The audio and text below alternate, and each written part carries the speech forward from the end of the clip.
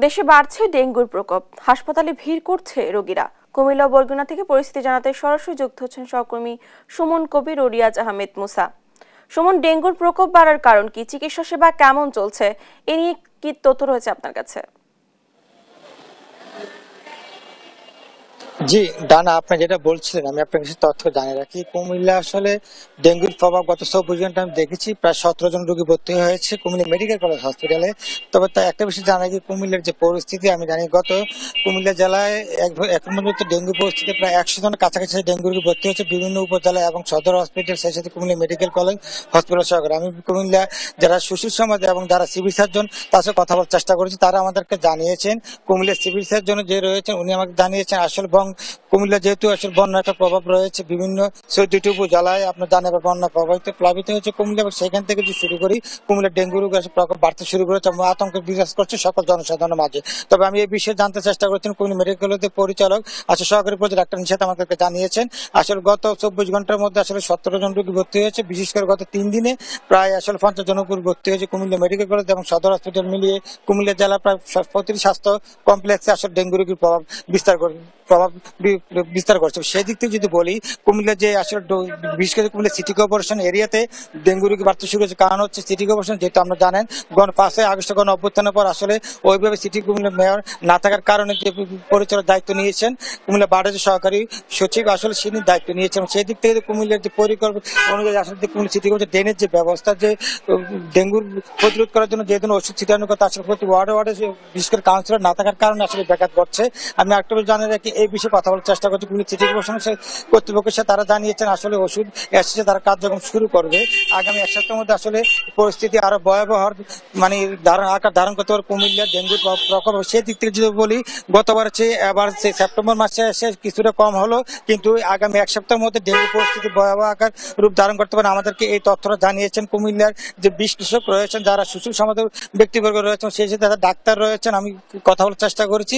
আর একটা বিষয় জানাই, কুমিল্লার যে শিশু, বিশেষ করে এখন শিশুদের একটু চাপ রয়েছে, যেহেতু স্কুল কলেজ এবং প্রতিষ্ঠান সব খোলা শুরু হয়েছে। এবং সেদিক থেকে বলি, আপনার জানেন কুমিল্লা মেডিকেল কলেজ যে হসপিটাল, সেখানে 500 শয্যার যে হসপিটাল, সেখানে 1500-এর উপরে প্রতিদিন এখানে রোগী দেখা হয়। বিশেষ করে ডেঙ্গু রোগীর জন্য ডেঙ্গু ওয়ার্ড, মহিলা ওয়ার্ড দুটাই আলাদা করা হয়েছে এবং শিশুদের জন্য সবকিছু মিলে বলা যায় কুমিল্লার যে পরিস্থিতি, সেই পরিস্থিতি বলতে চাই আসলে কুমিল্লার এই ডেঙ্গু পরিস্থিতি আসলে প্রকট আকার এবং প্রকট আকার ধারণ করতে পারে এবং মহামারী আকার দেখতে পারে। এই বিশ্বাসে কথা বলার চেষ্টা করেছি এবং সচেতন থাকার জন্য সকলকে অনুরোধ করেছেন সকল কর্তৃপক্ষ। এই ছিল কুমিল্লা থেকে সর্বোচ্চ। আমি চলে যাচ্ছি বরগুনার মুসা, আপনি বিস্তারিত জানাবেন ডেঙ্গু নিয়ে। অসংখ্য ধন্যবাদ সুমন। আপনি যেমনটা বলছিলেন যে কুমিল্লার ন্যায় কিন্তু উপকূলীয় জেলা বরগুনায়ও ডেঙ্গু চোখ রাঙাচ্ছে এবং ডেঙ্গু সর্বত্রই কিন্তু ছড়িয়ে পড়ছে। আমরা এখন রয়েছে বরগুনা সদর হসপিটালে এবং সদর হসপিটালে ডেঙ্গুর প্রাদুর্ভাব এবং প্রকোপ বৃদ্ধি পাচ্ছে এবং রোগীর সংখ্যাও কিন্তু প্রতিনিয়তই বাড়ছে এবং এই 1 বছরে কিন্তু 524 জন ডেঙ্গু রোগী ভর্তি হলেও কিন্তু এই 1 মাসে কিন্তু 300-র অধিক রোগী কিন্তু বরগুনা সদর হাসপাতাল থেকে চিকিৎসা নিচ্ছে। এখন প্রায় 45 জন রোগী এখানে ভর্তি রয়েছে এবং শুধু সদর হাসপাতালেই নয় এবং বরগুনার যে অন্যান্য যে উপজেলাগুলো রয়েছে সেই উপজেলাগুলোতেও কিন্তু প্রতিদিন ডেঙ্গু রোগী আসছেন এবং চিকিৎসা নিচ্ছেন। এবং যেসব রোগীরা শারীরিক জটিলতা নেই তাদের কিন্তু প্রাথমিক ট্রিটমেন্ট দিয়ে কিন্তু তাদের বাড়ি পাঠানো হচ্ছে এবং যারা বেশি জটিল হয়ে যাচ্ছেন তাদেরকে কিন্তু হসপিটালে রেখে চিকিৎসা দিচ্ছেন। এবং আমরা রোগীদের সাথে কথা বলেছি, রোগীরা আমাদেরকে যেমনটা জানানোর চেষ্টা করেছেন, এখানে পর্যাপ্ত ডাক্তার না থাকার কারণে কিন্তু তারা চিকিৎসা সেবা থেকে বঞ্চিত হচ্ছেন এবং ওষুধ ঠিকভাবে পাচ্ছেন এবং স্লাইন কিন্তু তাদের বাহির থেকে কিনতে হচ্ছে এবং বিশেষ করে টেস্টও কিন্তু তাদের বাহির থেকে করতে হচ্ছে।